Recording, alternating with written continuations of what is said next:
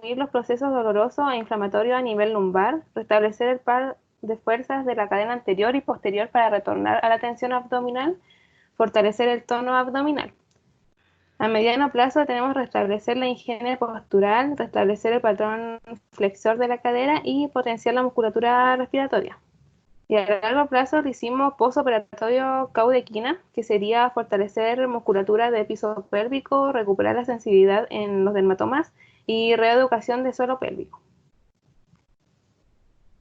Bueno, en el tratamiento kinésico, nosotros fijamos dos tratamientos, un tratamiento pasivo y otro activo. Bueno, el tratamiento pasivo lo que busca es disminuir la analgesia del paciente, disminuir el dolor, para así realizar técnicas de stretching y de movilización. Podríamos utilizar la inflexión, que es para elongar los planos musculares espinales y ligamentosos e interespinosos, y además elongar la cápsula para adaptar las facetas. Y también podríamos trabajar con la relajación del psoas, que podría ser una liberación de punto gatillo o bombeo en la zona muscular para que así la contractura del psoas disminuya un poco. Y a nivel de técnica activa, principalmente utilizaríamos ejercicios isométricos, porque lo que necesitamos es no producir ninguna modificación en la longitud del músculo, que no haya ni un acortamiento ni un alargamiento. Y el ejercicio isométrico sería como el ideal para trabajarlo. Podríamos trabajar con abdominales hipopresivos, porque eso consigue reafirmar todo lo que es el cinturón pélvico y activa también la musculatura lateral, que vendrían siendo los oblicuos y los transversos del tórax.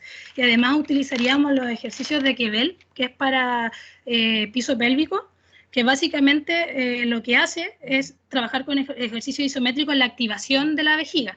Se hace con la vejiga vacía, porque busca que recuperar el control de la micción. Y ahí uno realiza movimientos sostenidos como un puente de glúteo, una especie de puente de glúteo, en la cual la cadera se levanta y lo que se pide es que el paciente progresivamente vaya sintiendo la activación de la musculatura de piso pélvico, ya que la caudequina lo que más causa es una disfunción es la que más secuelas deja y es la que más cuesta recuperar. Y a modo de conclusión, tenemos que tener claro que el dolor lumbar ocupa una de las principales causas de consulta por dolor musculoesquelético y es la responsable de la mayoría de las incapacidades laborales, dando actividades cotidianas como levantarse, sentarse, trabajar, caminar o acostarse.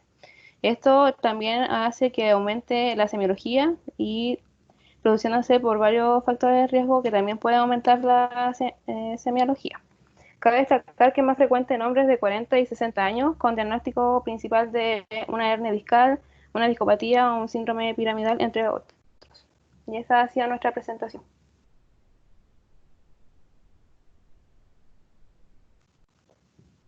Ok, ya chiquillas, voy a empezar inmediatamente con las preguntas. Quiero que me la conteste Dana y la Dana y la Bárbara, que son las que no, están las dos presentes, ¿cierto? ¿Está la Bárbara? Sí, profe. Ya, ya. Quiero que tengo algunas dudas con respecto a la presentación del diagnóstico del caso, porque hay ciertas cosas, ciertas luces que da Claudia con respecto al diagnóstico. Miren, siempre que les toque un caso y tengan que ustedes que pensar cuál es el origen del problema, siempre la estructura le va a ganar a los problemas de alteración biomecánica, siempre, ¿ya? Lo que significa que cuando ustedes presentan un caso y tienen un caso como este, ¿cierto? Donde tienen que buscar el origen del problema, el origen siempre va, en este caso, ¿cierto? Va a ganar si hay una luz de que fuese estructural. ¿Por qué les digo esto? Y se los voy a hacer a modo de pregunta, ¿cierto? Ustedes dijeron que este pacientito podía tener dos cosas, un síndrome de Caudequina o un síndrome de Charnella dorso-lumbar. Esas fueron sus dos hipótesis diagnósticas, ¿cierto? Ahora, según Claudia, ¿cierto? Y espero que las compañeras también manejen la información, ¿cuál es la opción o cuál es el origen de una caudequina en un paciente con las características que tiene Gonzalo?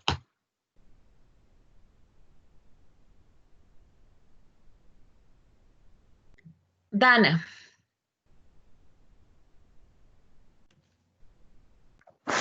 Aló, ¿profe? Sí, ¿Me escucha bien?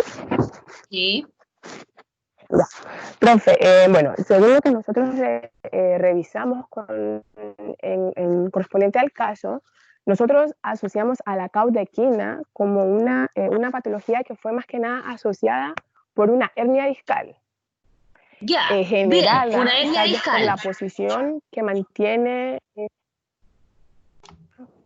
Dana, ¿Aló? ¿a qué nivel la hernia? ¿A qué nivel? ¿Aló? Dana, Oh, ¿por qué me pasa a mí? Dana, ¿se escucha? Dana, ¿se escucha? Ay, ¿por qué me pasa a mí? Dana, ¿se escucha? Profe, disculpe, me fui, perdón. Si se escucha. ¿Aló? Mi pregunta es, Dana, ¿a qué nivel la hernia? A nivel de S2. A ese nivel nosotros la asociamos. La asociamos a nivel de S1, S2. A ese nivel nosotros asociamos la hernia que podría estar generando el problema neurológico, de incontinencia urinaria que puede tener, o de incontinencia, porque como no se especificaba qué tipo de incontinencia presentaba el paciente, entonces nosotros asociamos la hernia que podría estar alojada, como decía Claudia, puede ser por protrusión, que puede estar generando todo lo que, que genera la compresión de los nervios que van a generar toda esta incontinencia, pero lo asociamos a nivel específicamente de S1 y S2. A ese nivel asociamos nosotros la hernia con la caudequina. Chiquillas, el resto, ¿está No de sé si acuerdo se con que es escucha bien. S1, S2? No, profe. En realidad, la hernia debería estar, la causa, o sea, las más Profe, comunes son L5. Perdón, L5, el S1. S1. Sí. S1. Sí, perdón. ¿Cuál entonces? No me quedó tan claro. ¿Puedo complementar con la de mi compañera? ¿Con quién está hablando? Yo, profe. ¿Quién es yo? Bárbara. Bárbara. Dígame. Nosotros, lo que quiso decir la Dana es que cuando asociamos el síndrome de caudequina, por eso que era la causal principal la hernia discal, y siempre las principales son a nivel de los más comunes, son a nivel de L4, L5, L5S1. En nuestro caso, nosotros la asociábamos a la hernia a nivel de L5S1. Eso, una de las cosas en que no podíamos pasar era porque el paciente estaba presentando adormecimiento en las piernas, y si bilateral, y si nos da, a ver cómo digo, revisamos la literatura, la raíz de ese L5 y S1 son la mayoría que, o sea, inervan la parte anterior y de las piernas hasta el primer tejo, a nivel de L5, de la raíz. Entonces, como por esos datos nosotros nos enfocamos de que podría estar a nivel de L5S1. Ya, pero este paciente no tiene dolores irradiados hasta los pies. No, tenía irradiado decía hasta ambas piernas, lo cual también podría ser a nivel de L4 y L5. Ya. Nosotros respondemos por esos datos. No sé si mis compañeras que quieren acotar algo igual.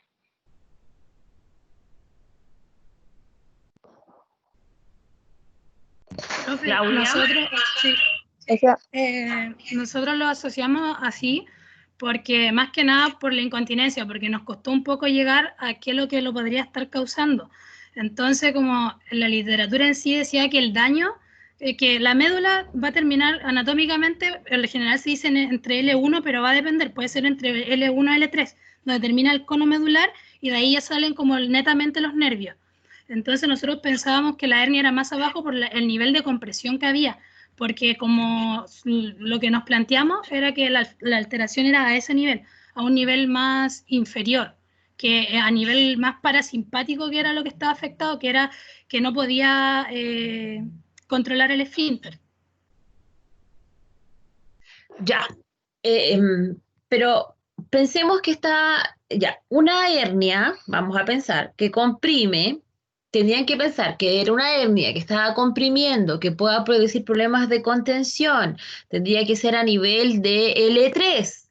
¿Por qué? ¿Por qué no tan abajo? Porque al paciente no le duele hasta los pies, ¿cierto? Pero sí produce, ¿cierto? Un dolor profundo de la zona en la zona de muslos y la zona de las piernas, es decir, un poquito más abajo de la rodilla. Entonces tendría que haber sido L3, L4. ¿Ok? Ahora, ¿por qué no tan abajo? Porque si ustedes piensan y observan el caso de Gonzalo, ¿cierto?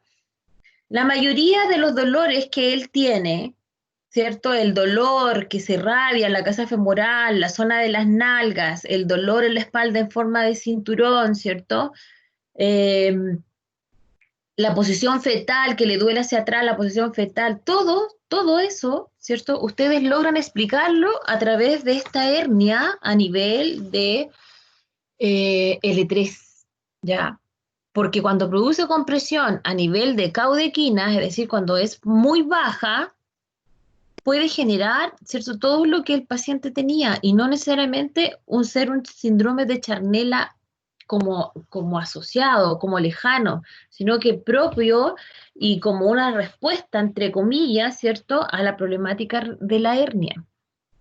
Por eso que era importante que cuando ustedes hicieran el análisis, se plantearan bien cuál era, analíticamente, cuál era el nivel segmentario que iba a estar asociado a la alteración. Por eso que yo les decía, tengan cuidado cuando hagan el análisis de este caso, ¿ya? Porque siempre va asociado a más de una cosa, ¿ok?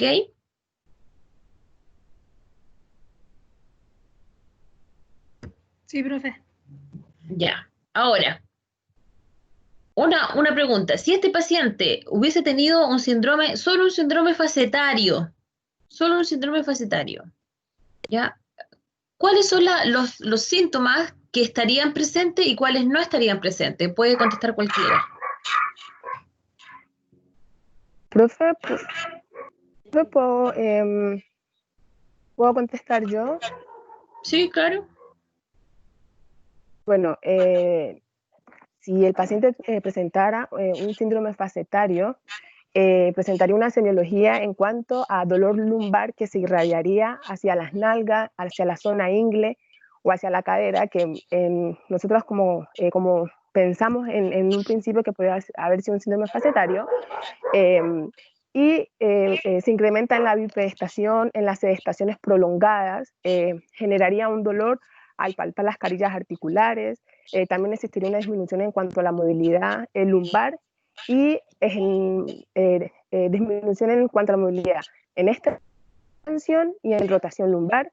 Y el único que no estaría sería la exploración neurológica, que sería negativa, en este caso por la maniobra de Valsalva. Eso sería como entre la diferencia y la semiología del síndrome facetario. ¿Aló? ¿Aló? Ah, ya. Eso, Ok. no sé si... Ok, y entre todos los diagnósticos que ustedes tienen, ¿cuál sería el agravante, el que podría como cerrar todos los otros síntomas que tiene este paciente?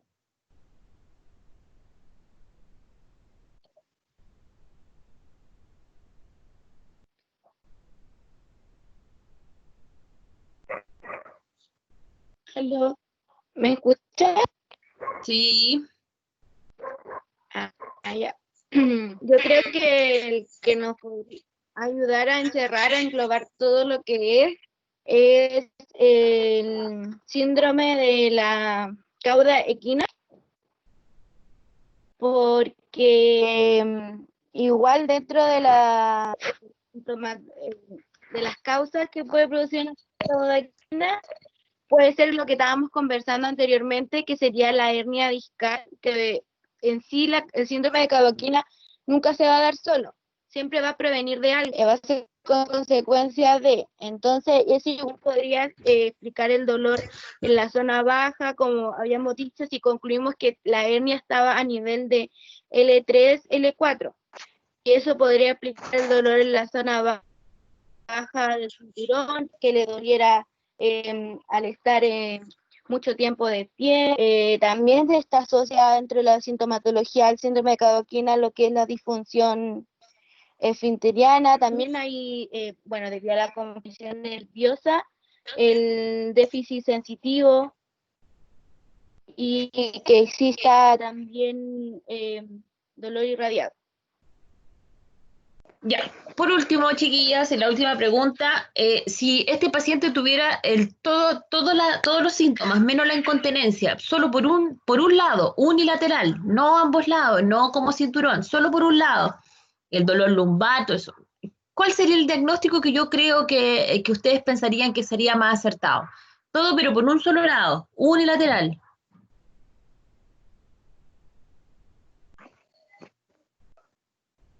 Oh,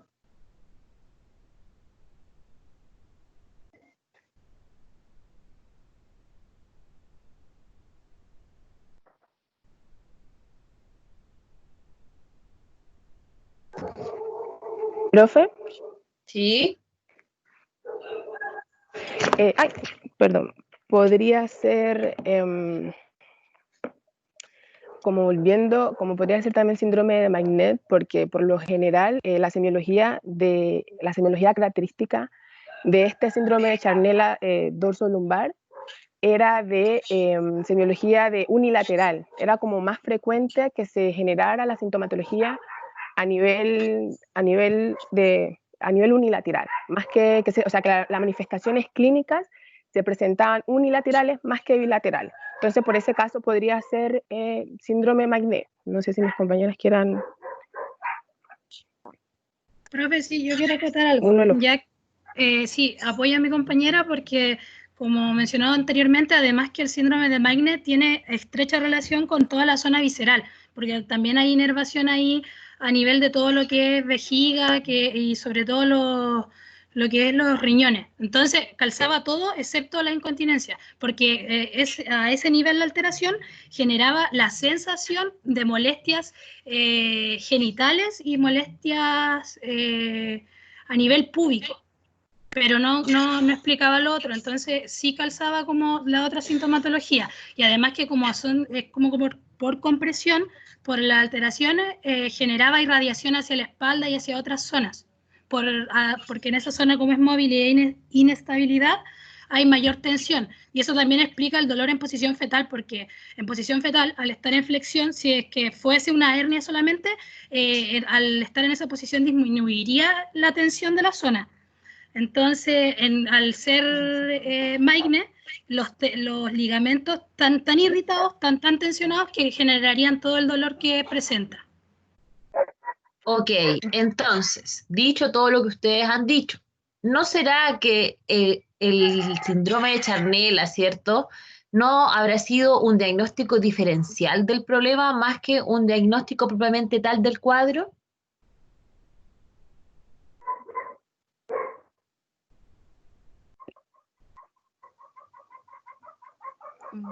¿Aló? ¿Me escuchan? Sí. Yo creo que basándonos en el análisis que hemos hecho ahora, yo creo que sí sería parte de un diagnóstico diferencial, pero como le decíamos, nosotros como nos habíamos planteado, todo nos calzaba con el... Sinceramente, profe, nosotros hicimos el análisis, habíamos llegado que nuestro paciente en sí tenía síndrome caudaquina asociado a una hernia discal, pero lo vimos más como con un manejo de intervención por parte del kine. Entonces, igual por eso nosotros decidimos agregar el síndrome de Charnella como diagnóstico complementario.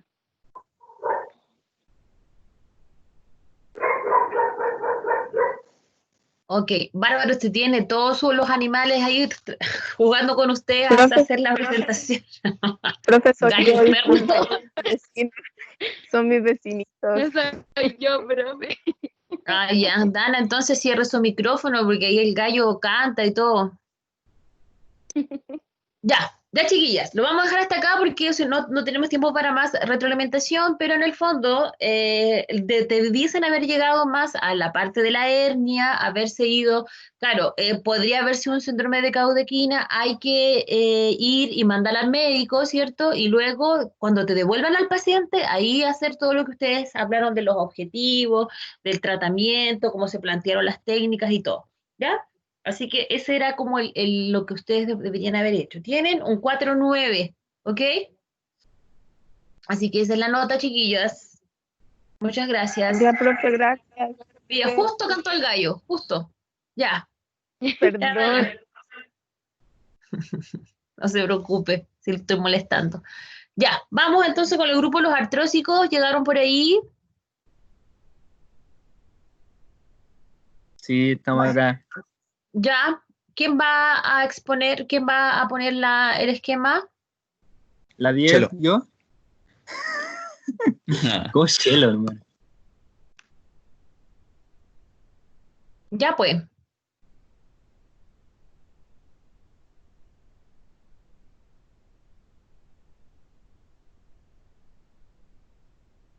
¿Ve?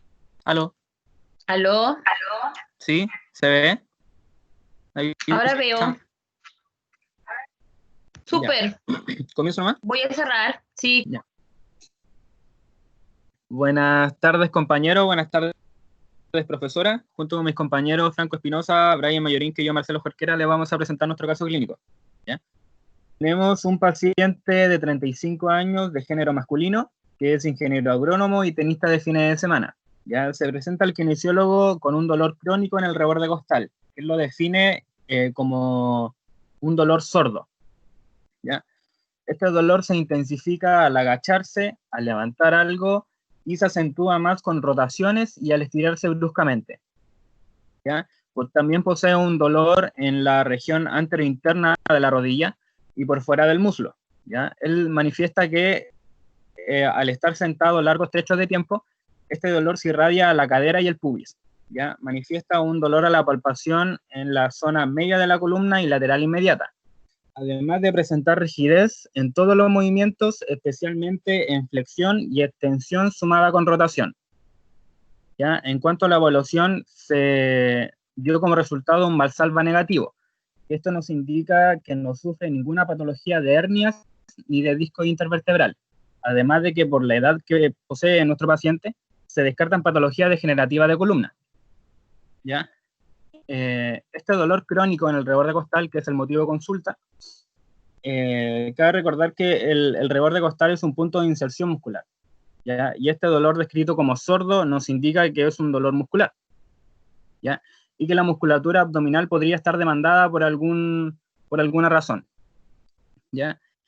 Debido a que es tenista de fines de semana y ingeniero agrónomo, se infiere que posee posiciones mantenidas por su actividad laboral y que la patología puede tener su origen en los movimientos de rotación. ¿Ya?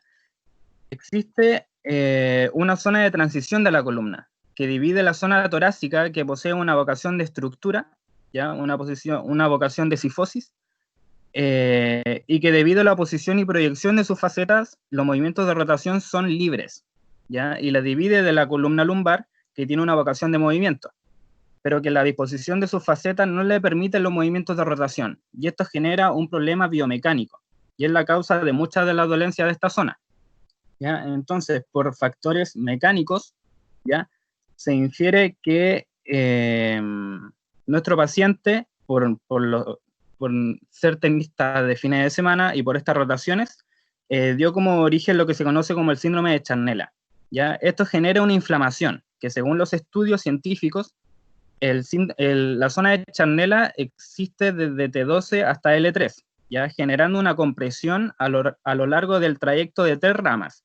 Tenemos las ramas posteriores de los nervios espinales, que emergen desde T12 a L1, la rama posterior que se dirige a la cresta ilíaca y a la porción superior del glúteo, ¿ya? Y la rama perforante que llega a la región trocanteria de la cara lateral del tercio superior del muslo, ¿ya? Además de la rama anterior que se dirige a la sínfisis púbica.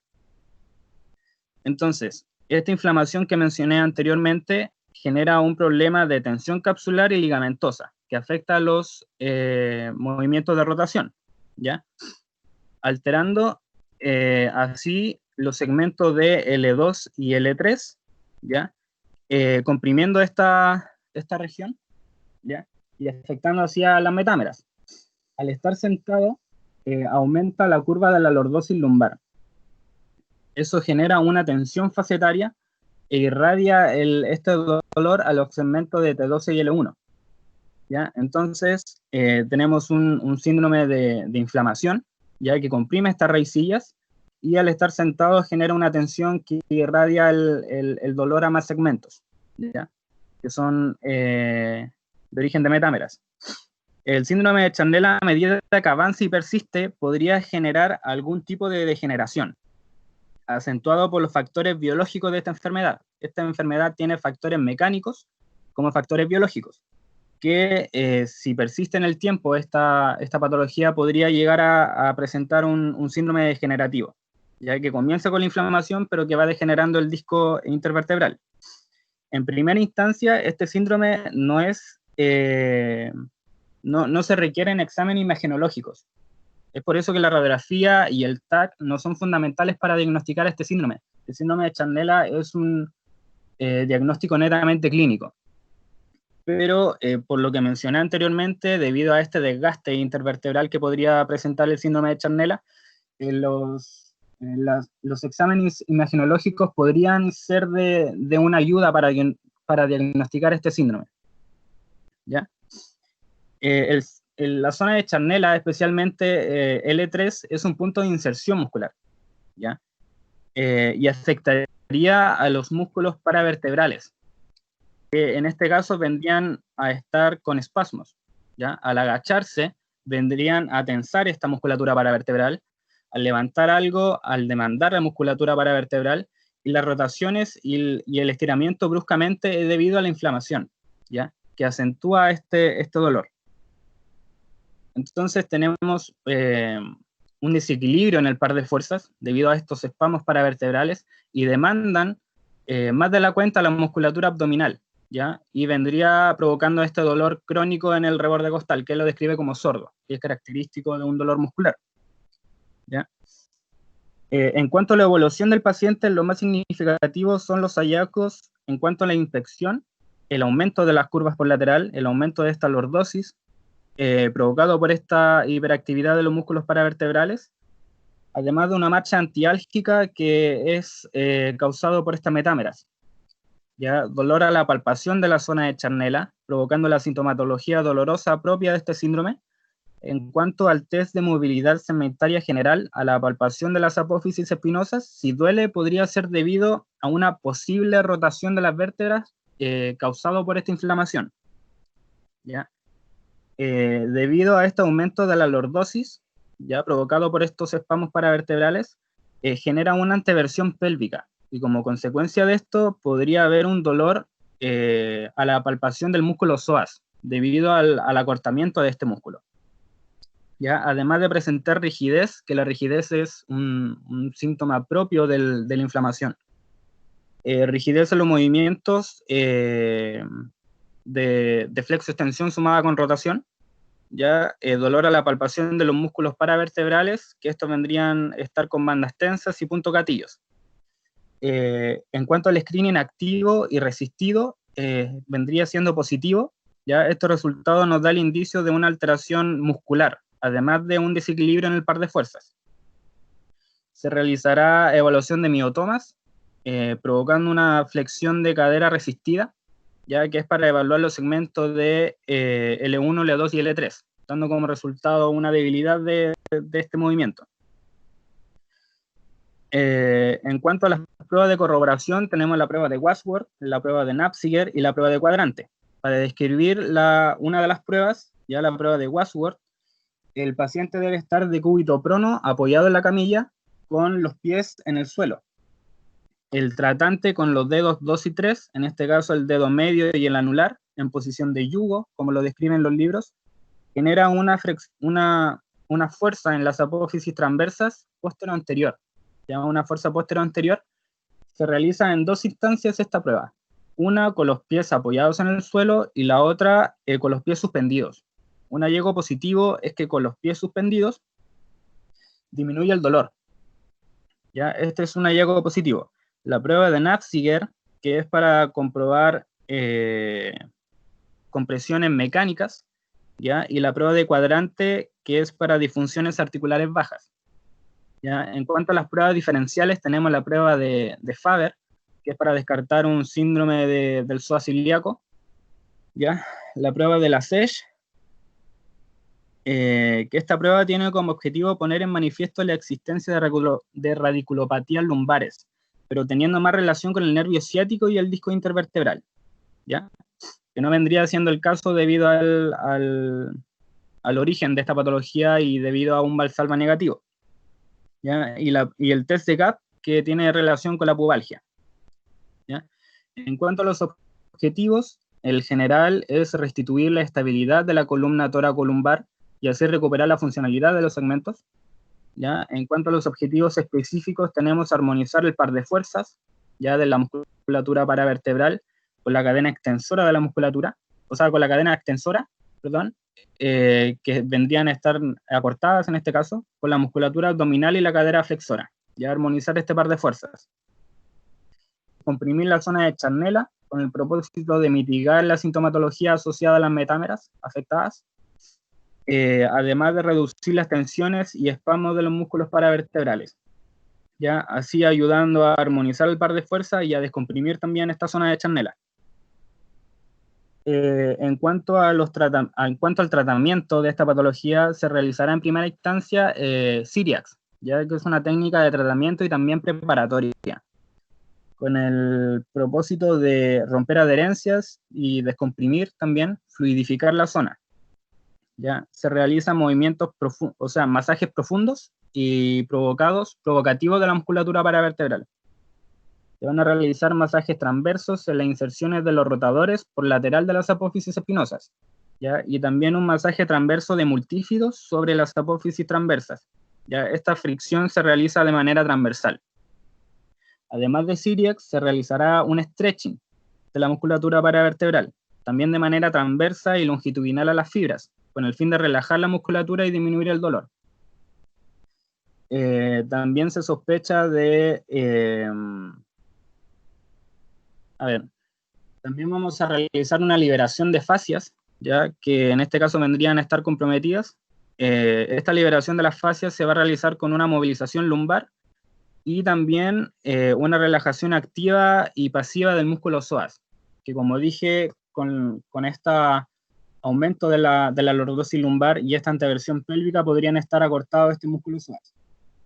Ya, a modo de conclusión, y a modo de resumen, tenemos que por factores mecánicos, por las rotaciones causadas por este tenis de fines de semana, provocó este síndrome de Charnella, provocando una inflamación y compresiones de diferentes ramas, ¿ya? Que vendrían afectando a los segmentos de L2 y L3 y irradiar esta sintomatología al estar sentado por esta tensión facetaria, ¿ya? Y también provocando este desequilibrio en el par de fuerzas, ya debido a que la zona de Charnella es un punto de inserción muscular y provocando este aumento de la lordosis lumbar. Eso. ¿Aló? Muy bien, gracias. Excelente, Marcelo, me gustó mucho su exposición, estuvo bastante ordenadita y se notaba que hubo estudio. Lo felicito a usted específicamente. Muy bien. Ya, vamos con las preguntas.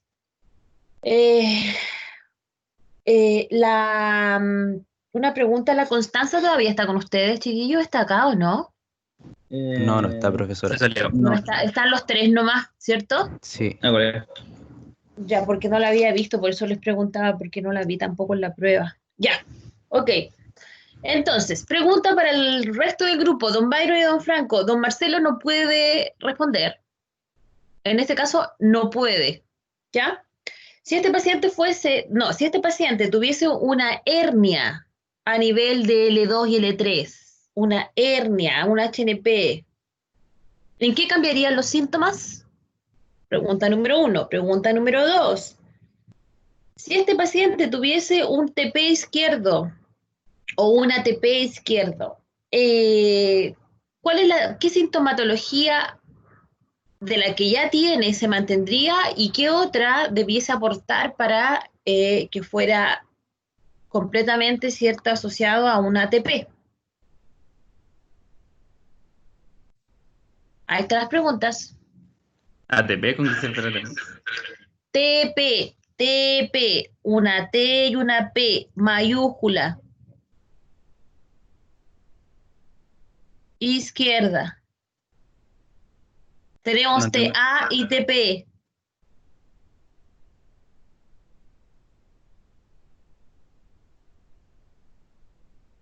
¿No sabe qué es lo que es TP?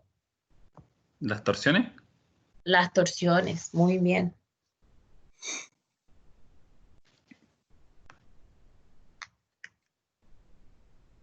Ya. Cuénteme.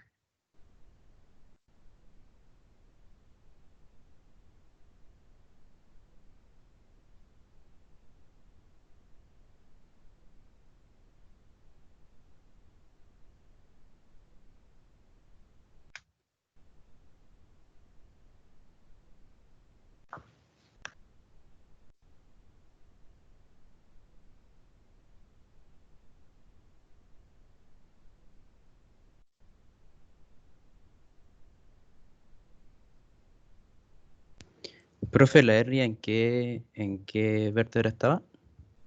La misma que tiene ahí arriba, el segmento L2, L3.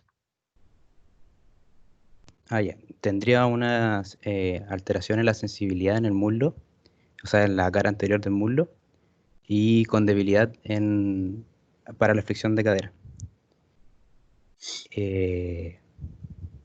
Eso.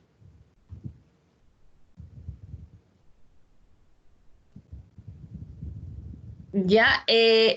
¿Cómo podría diferenciarle de un cuadro de Charnella a ese nivel?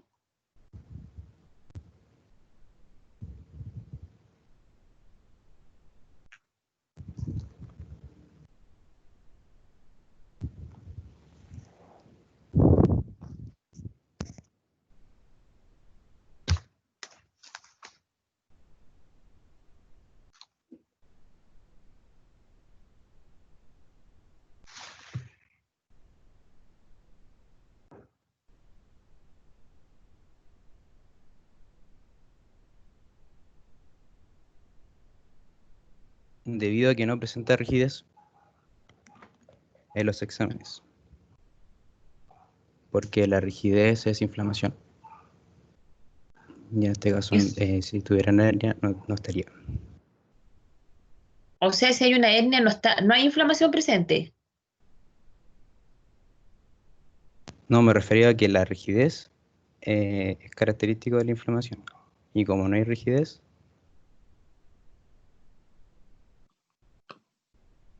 Por eso, cuando hay una hernia, no hay rigidez porque no se inflama. ¿Eso?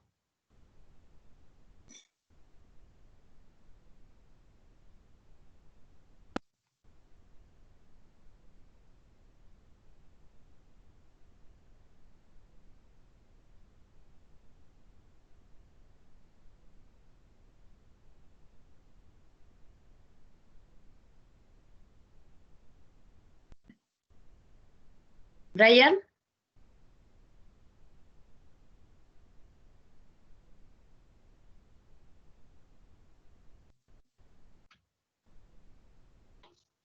Ok, pasamos a la segunda pregunta, que es, don Franco, si este paciente tuviese un TP, ¿cierto? Izquierdo. Cuénteme. En cuanto a la sintomatología, básicamente, o qué es lo que pasaría como biomecánicamente en la articulación. Responda la pregunta que le hice. Pero por eso, pues, ¿se refiere a la sintomatología? ¿Sí?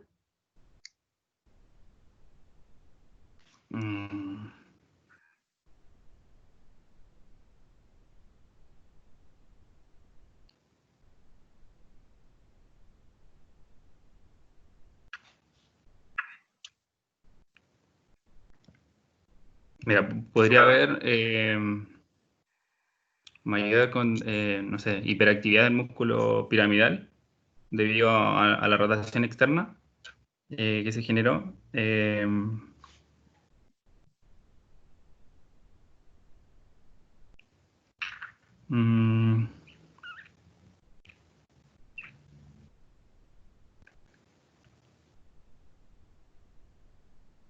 Podría generar sensación de pierna corta en el mismo lado de la torsión, en este caso a la izquierda.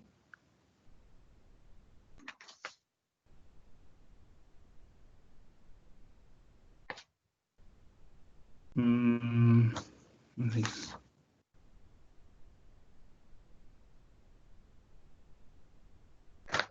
Y por el lado contralateral podría generar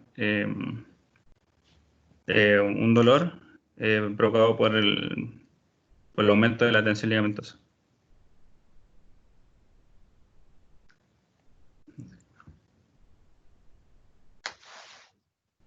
Ok, bien.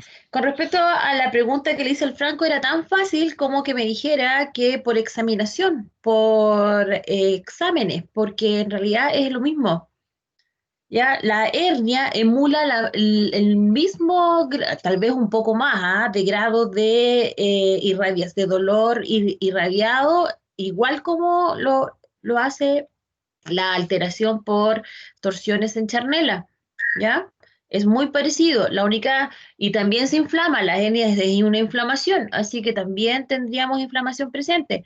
Entonces tampoco era como lo que usted me estaba contando, ¿ya? Lo único que sí tendríamos que tener un examen que dijera que hay una hernia y sería como la forma de poder hacer la diferencia. ¿Qué dice la Merari aquí? Dice, y el Valsalva daría positivo. Muy bien, gracias Merari. Valsalva daría positivo, súper.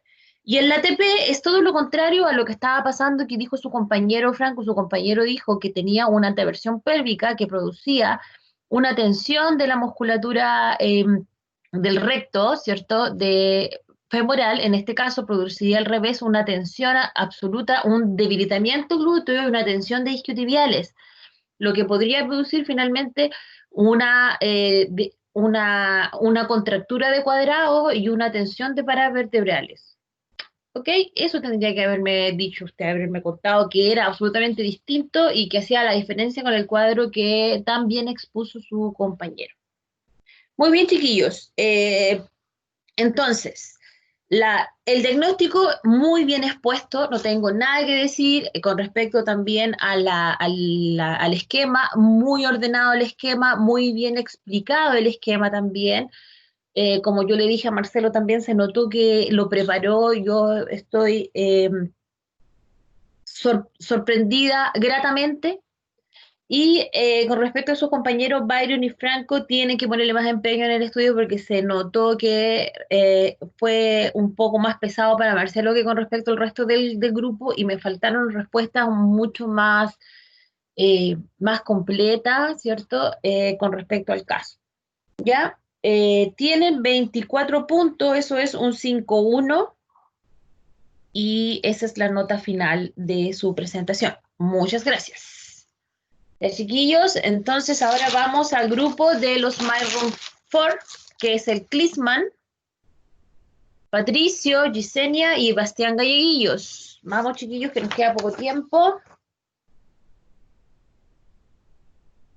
Gracias, Merari. Gracias. ¿Quién empieza ahora? Acá nosotros estamos proyectando, profe. Un segundo. Ya está proyectando. ¿Quién está proyectando para saber? Clisman, ¿o no? Clisman. Acá, sí. Ya, Clisman, dele nomás. Voy a cerrar mi micrófono, ya, lo dejo. Profe, vamos a disertar yo y Clisman, Patricio Araya y Clisman Cortés. Muy bien, bienvenido, Pato. Ya. Voy a empezar, ¿ya? Dale. Bueno, Bueno, chuta, se me cayó, parece.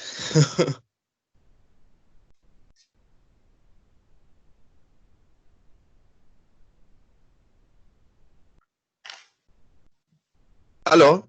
¿Se escucha? Sí, Ya, Sí, ahora sí.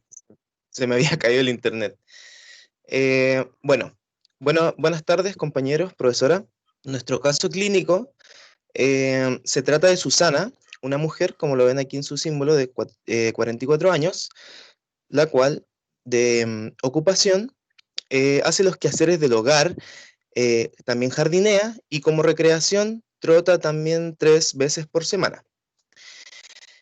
Ella tiene un diagnóstico de lumbago crónico gracias a a un examen de ecotomografía que demuestra hallazgos positivos de degeneración en la estructura, a lo cual ella em, nos revela sus síntomas, el cual es un dolor progresivo hace 3 meses, que nos indica que es un dolor crónico, el cual aumenta con la actividad y disminuye con el reposo.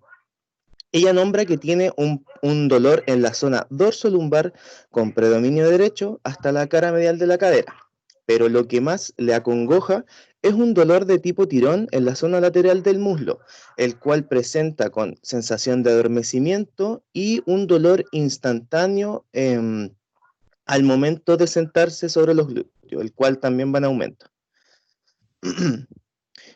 Bueno, ella, como primera parte ya de la patomecánica, ella nos nombra que tiene una extremidad inferior corta. Por lo tanto, aquí pueden suceder dos cosas. Una es que con el tiempo se genere una alteración de readaptación muscular ante la dismetría, en cuanto a la carga constante y compresiva sobre los discos intervertebrales. Según nosotros, sobre los del segmento L2, L3. Gracias a esto existe una sobrecarga constante a través del tiempo en la columna lumbar, lo que se produce en sí una degeneración del cartílago intervertebral, produciendo así la formación de osteofitos dentro de lo que son los cuerpos vertebrales, produciendo así una enfermedad, una patología conocida como espondilosis lumbar. Ya. Cuando existen esta serie de estructuras degenerativas dentro de lo que es la zona lumbar, la musculatura paravertebral, la musculatura posterior es la que se ve en sí afectada por esto, dado que estos músculos son los que nos ayudan a mantener el centro de gravedad dentro de la base de sustentación de una persona en bipedestación. Tensándose así cuando uno realiza una flexión de columna, al momento de agacharse, como esta paciente jardinea y hace los quehaceres de la casa, entonces está en constante movimiento. Por lo tanto, esta musculatura paravertebral, que también podemos tomar el músculo cuadrado lumbar, entran en un espasmo, generando puntos de tensión dolorosos. Podemos también tomar en cuenta fibras inferiores ya del músculo trapecio, ya que estas son las que transmiten la energía y las cargas desde el esqueleto axial superior hasta hacia la columna lumbar y también hacia la extremidad inferior.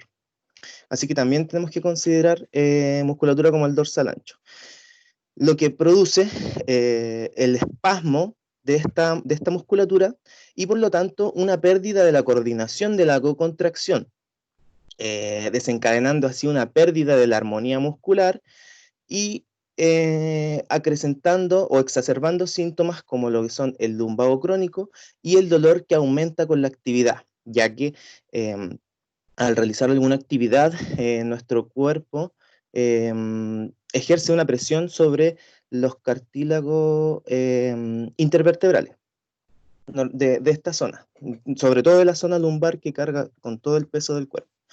La segunda cosa que podría pasar que en compensación ante la extremidad corta, sería una compensación estructural ante la modificación. Por lo tanto, tendríamos un ilíaco, una torsión ilíaca posterior, producto de la pierna corta de ese lado, lo que provoca la elevación de la cabeza del fémur en compensación de la torsión. Por lo tanto, musculatura insertada en las espinas ilíacas, por ejemplo, como el tensor de la fascia lata, también se verían comprometidas en cuanto a esta alteración. Se encontraría tensada, evocando así la sintomatología del dolor del tipo tirón en la zona. Esto junto a la inervación también de estos músculos, que si por bien son inervados por el músculo, por el nervio femoral, disculpen, son inervados por el nervio femoral, el cual parte desde L2, L3 y L4, que son el segmento que nosotros habíamos nombrado anteriormente. Al tener una espondilosis, existe una disminución del espacio intervertebral, por lo tanto, existe la compresión de la articulación, de las facetas, y con esto disminuye el espacio de conjunción, por lo tanto, se ven comprometidos toda la estructura nerviosa que nace desde esa zona, y por lo tanto evocan la sintomatología de esta paciente. Ya, el nervio femoral, por lo tanto, también se vería afectado, ya que este nace desde L2. Por lo tanto, esta es la zona que se encuentra comprometida, y al sentarse esta paciente nos nombra que tiene una sensación de adormecimiento y dolor.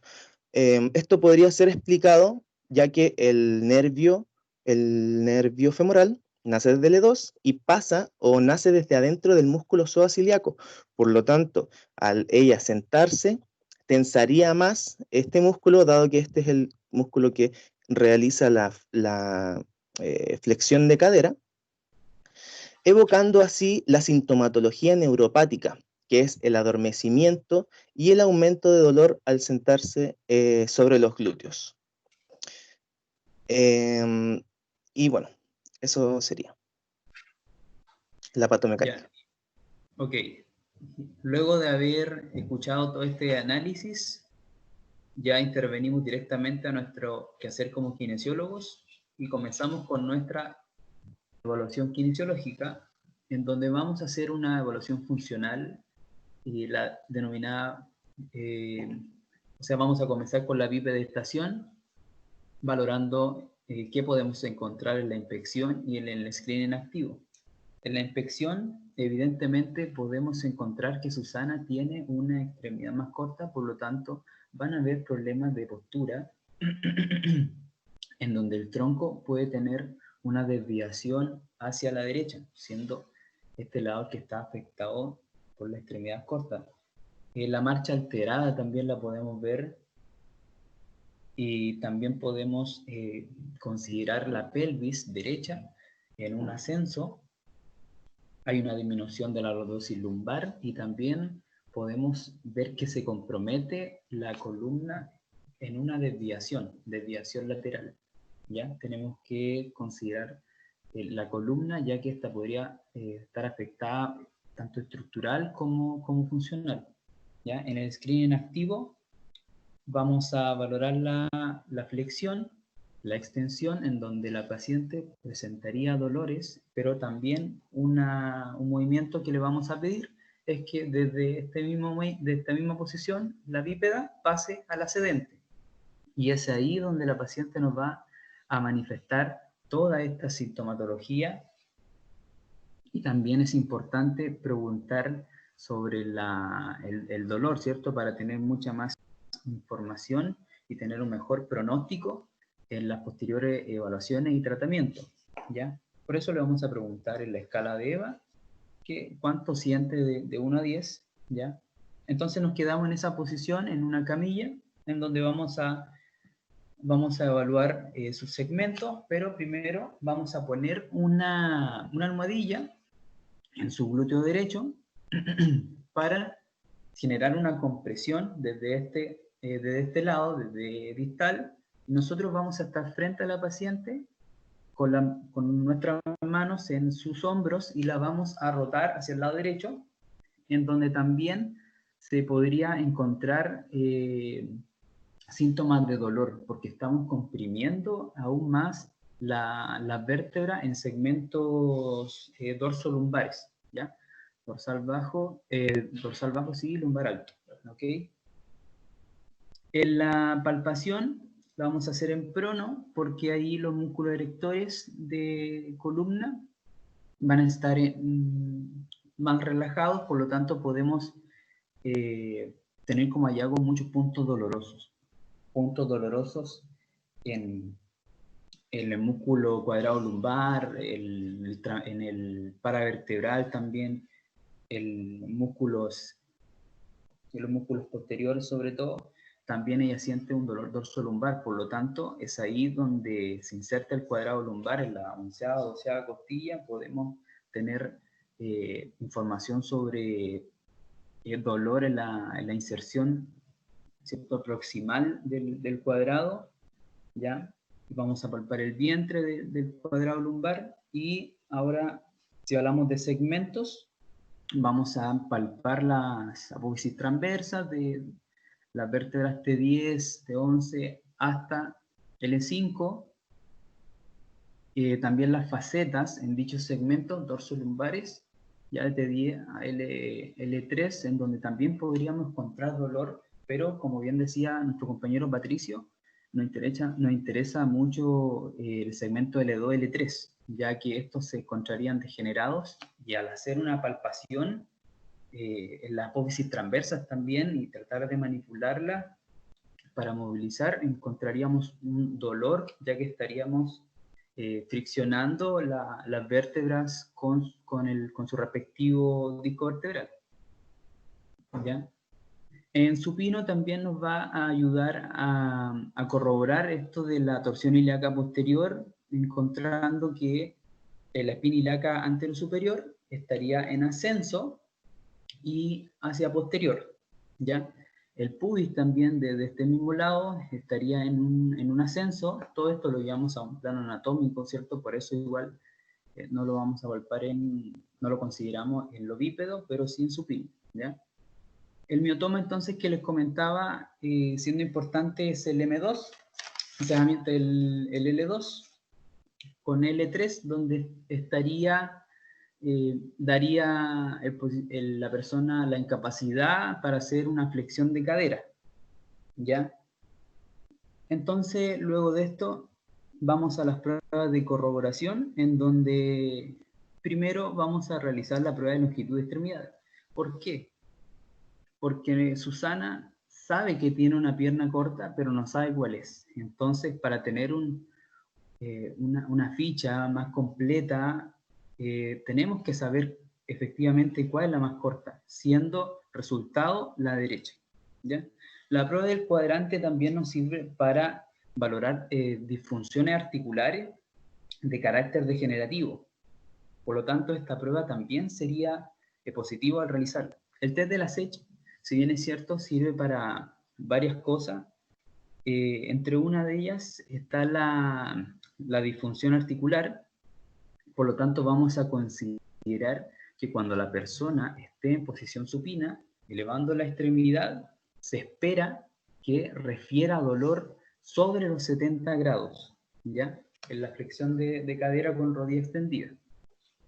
Porque ahí es positivo para una patología degenerativa de carácter, o sea, de segmentos lumbares, ¿ya?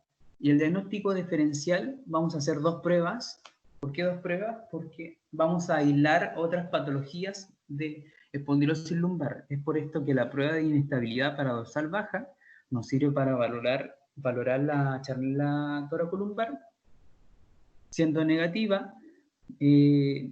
Luego la prueba de estrechamiento pélvico, que valora la sacroileitis, y como es un proceso inflamatorio, estaría dando negativo, ¿ya? Y luego de esta evaluación segmentaria, vamos a los objetivos, Nuestro objetivo general va a ser restablecer la estabilidad, mejorando la transferencia de cargas desde el esqueleto axial a las extremidades inferiores, disminuyendo la hipertonía de la musculatura dorsolumbar, ¿ya? Afectada por posturas antiálgicas y sostenidas en el tiempo, ¿ya? Y si somos más específicos, vamos a hacer lo siguiente: descomprimir la zona lumbar para generar alivio de dolor y preparación de tejido blando, ¿ya? Estabilizar los músculos de la zona lumbar para mejorar la biomecánica. Luego vamos a fortalecer músculos fásicos, liberando la tensión en región dorsolumbar. Educar al paciente sobre higiene postural y ergonómica para evitar prontas recidivas. Ya, eso es muy importante, que vamos luego a hablar de eso.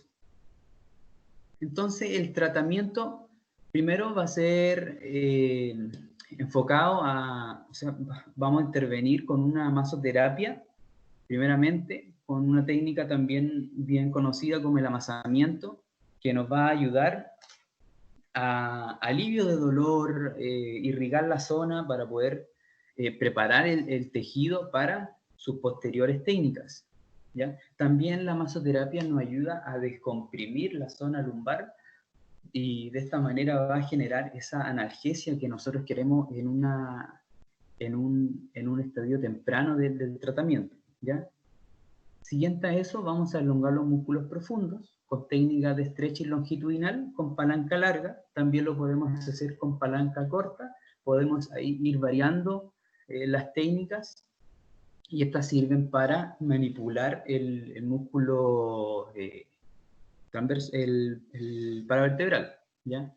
El stretching transverso también para el músculo cuadrado lumbar y paravertebral, ¿ya?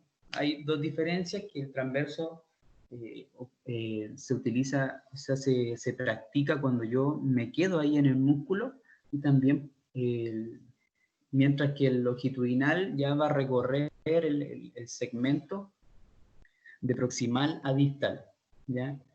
La elongación activa del cuadrado lumbar, piriforme y isoiliaco son muy importantes, ya que siempre están en constante actividad. Vamos a encontrar puntos dolorosos, como les comentaba, espasmos musculares producto de la sobreexcitación que tienen estos músculos constantemente con este dolor que siente nuestra paciente.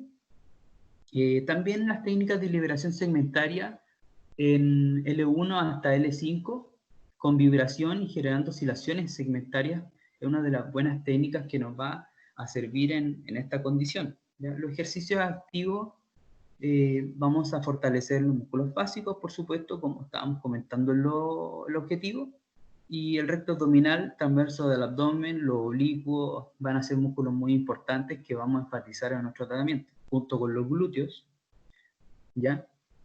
¿Y cómo vamos a fortalecer los músculos del abdomen?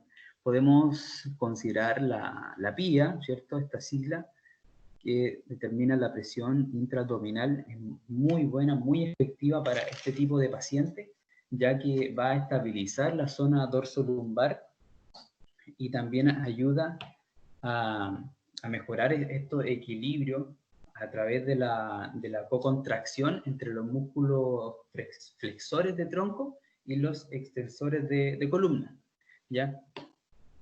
Y de esta manera nosotros vamos mejorando, ¿cierto?, la biomecánica y la cargabilidad que tiene cada músculo. Y para finalizar nuestro tratamiento, el paciente debe hacer movilización activa y funcional, como vemos ahí el sujeto que está vestido de blanco, se está elongando un músculo isoiliaco, ya de manera activa y funcional también. Así que este ha sido nuestro análisis. Y como conclusión, les decía que es muy importante hablar sobre la educación que deben tener estos pacientes, porque si bien es cierto, nosotros no sabemos que él usaba una taconera, una cuña, algo que pueda nivelar su asimetría de extremidades inferiores, es importante poder sugerirle que pueda acceder a esto para que pueda seguir y continuar con sus actividades de la vida diaria, ya que ella le gusta trotar, jardinear y tiene que hacer los labores de la casa. Pero si nosotros no educamos al paciente sobre una buena posición ergonómica, buenos hábitos que prevengan estos dolores, el paciente va a seguir viniendo a consulta, y por supuesto lo que más queremos en estos pacientes es, sobre todo en estos tiempos, evitar las recidivas y la urgencia hospitalaria por la contingencia, así que es muy importante el trabajo preventivo en este tipo de pacientes. ¿Ok? Eso ha sido. Ok, gracias chiquillos, muy buena su exposición, ordenada, clarita, conforme a lo que se les había pedido. Tengo dos preguntas nomás, ¿ya? Pregunta 1, ¿qué alteración de estructuras se ven en un TAC o en este caso en una ecotomografía y que no se ven en una radiografía? Por favor, llévenlo al caso de Susana. Y la segunda pregunta, que tiene que ver más bien con otro diagnóstico: si Susana sufriese una coxigodina, ¿qué semiología de la que está presente en el caso no estaría presente? Si quiere puede poner otra vez la presentación para que recuerden de qué se trata el caso y así se pueden plantear mejor en la primera parte, eso es, y se pueden plantear mejor, ¿cierto?, las respuestas. Ya.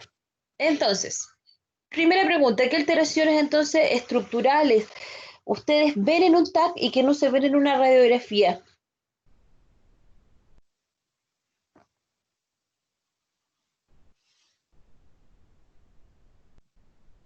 Profesora, responde Gise y Bastián. ¿Ya? Ya, vamos Gise y Bastián.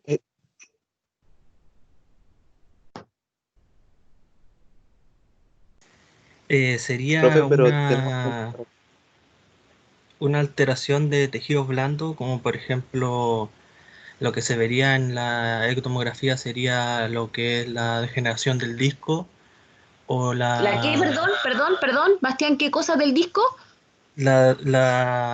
alguna degeneración o algún problema que tuviera el disco intervertebral. Ya, ¿qué más? Eh, También problemas en cualquier tipo de tejido blando asociado al sector, a la zona donde está llevándose la ecotomografía. Ya, Ya que Bastián, escúcheme, cortito. ¿Qué cosa puede haber tenido Susana que salió en ese TAC y que ustedes no tuvieron en cuenta cuando hicieron el análisis?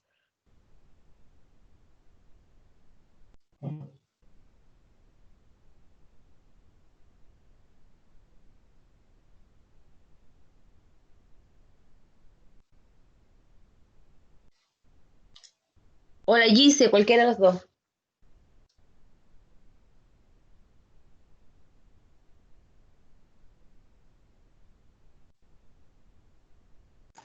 ¿Podría ser la presencia de osteofitos? No, porque dijeron, el pato habló de los osteofitos, pero hay una cosa re importante que tú acabas de decir, que se ve en el TAC y que no se ve en la radiografía.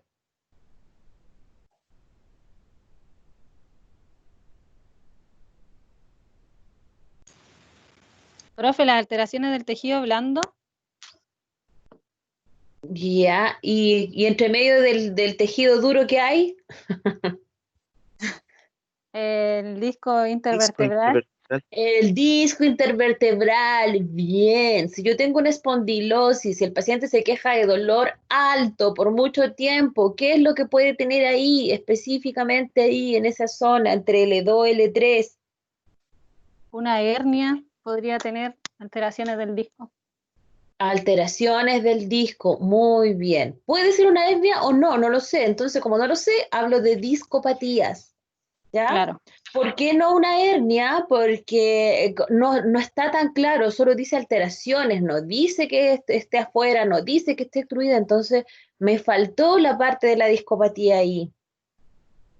Es importante, porque saldría en el TAC, salía en la ecotomografía. Si hubiese sido en la radiografía, no tienen cómo saberlo, pero en Claro. en la ecotomografía sí sale, ¿ya? Eso. Y si el paciente tuviese una coxigodinea, ¿qué esperaría? ¿Qué esperaríamos encontrar? No, ¿qué cosas no estarían presentes de todo lo que ella tenía? Dolor en la parte posterior del sacro. No tendría. Ujú. ¿Segura? Sure. No, esperen. Hay que ordenar porque...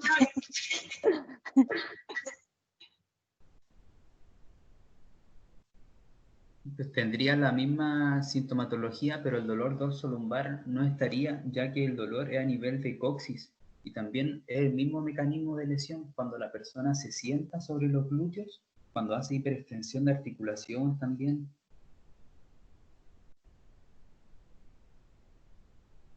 ¿Qué dice la Gise? ¿Algo que aportar al respecto? O sea, básicamente igual lo que dijo mi compañero en realidad. Ok, muy bien. Entonces, chiquillos, la presentación estuvo bastante bien, ordenadita, como les dije, muy clara. Y también usaron todos digamos, las ayudas tecnológicas. Me gustó mucho porque era fácilmente seguible todo lo que ustedes conversaron, hablaron. Incluso hasta los objetivos estuvieron bastante bien propuestos, aunque los verbos un poco grandes. Acuérdense que los verbos tienen que achicarlo a cosas más concretas.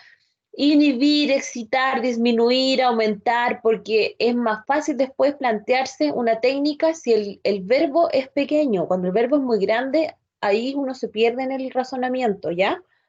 Pero en general, ¿cierto? La progresión que hicieron de las técnicas y del trabajo estuvo súper bueno. Tienen un 5-8, cuidado con el diagnóstico, sí, porque obvieron información, pero el resto de la evaluación estuvo atingente, aunque el diagnóstico estuvo un poquito errado, no errado, sino que faltó esa información.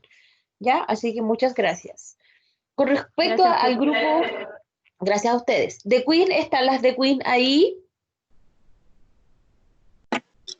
Sí, profesora.